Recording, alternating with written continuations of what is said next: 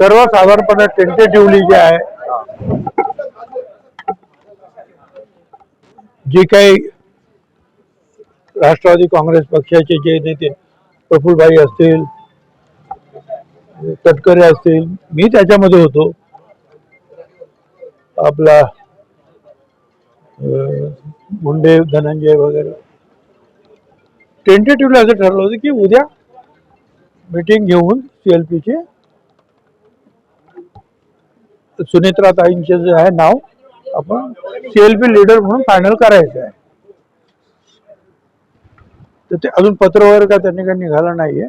कशासाठी थांबलेत? कारण कदाचित जे आहेत दुखवटा वगैरे असतो, सूतक असतो, मग 3 दिवसानंतर ते बाहेर पडणार का 10 दिवसानंतर सम टेक्निकल काहीतरी प्रॉब्लेम आहे.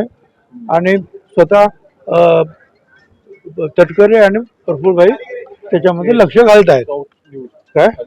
पण बाकी जर आता बघू आता काय होतं, तास 2 तासामध्ये आपल्याला कळेल.